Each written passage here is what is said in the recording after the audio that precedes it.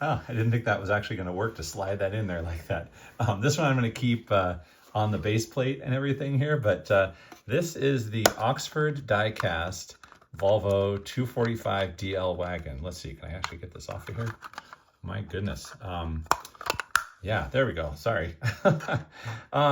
Yeah, so why, you may ask, do I have a kind of pedestrian vintage Volvo wagon diecast car? And it's actually a very small scale car. As a matter of fact, like even if you look at, say, here's like a 64 scale Mazda 2 Matchbox, right? And if you look at that next to each other, that Volvo wagon's a lot smaller. I think it's what they call a HO scale, and probably like a, let's see, 1/70th, 1/72nd scale or something like that.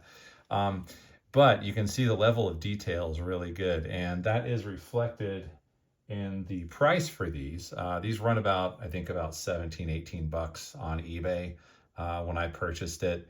You know, again, why do I have a Volvo wagon? Well, this was our family car for years and years when I was a kid, and the thing just wouldn't die. And the only reason we got rid of it, I think the transmission went out or something that wasn't worth replacing. And you know, if we had a good one, and if you have a really good one of these nowadays, they're worth some money. Matter of fact, these rear-wheel drive Volvo wagons with the bulletproof, you know, 4-cylinder engine in them, they just last forever. And you know, they're worth some money now. And you know, the rear-wheel drive, some people take these and customize them and do engine swaps and turn them into these really cool you know, resto mod things. But you know, back in the day, this car took me and the family, my parents and my brother and sister, cross many states. I think we drove to Colorado one time, and which is, you know, 1,000 miles or so. And you know, we drove a lot of places in this, and back and forth to school and everything. So, and it was even the same color, the one that we had. So I was really stoked to find this particular model on eBay. Wasn't the easiest thing to find. You can definitely still get them. And they're a bit expensive, but you know, I had to have it because one thing I do is I try to collect vehicles that I or other family members of mine have owned. And this one has a special place in my heart because it was a family car for a long time. And it's just a very amazing level of detail for such a tiny little model.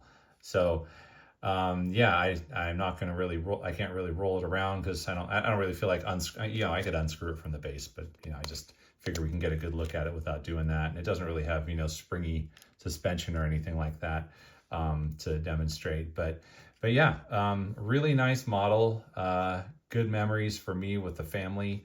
And, you know, I encourage you guys, if you're wondering what to start collecting next, look around out there for cars that, you know, you've owned, your family members have owned, and it starts to make kind of a cool little collection. And I think I'm gonna do a video on, you know, vehicles that I have, which I've owned, which my family has owned. That'd be a cool one to show you guys.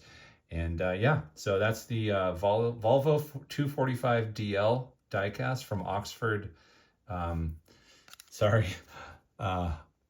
Oxford Diecast. Yeah, sorry about that. Oxford Diecast, kind of an off-brand, but really great detail. And I, again, encourage you guys to check out these models. They're just very small, but really nicely made. So yeah, thanks for watching the video. Be sure to like and subscribe. And you know, let me know in the comments what if any of you are collecting diecast cars that your family has owned, and maybe what those are. Yeah, thank you very much.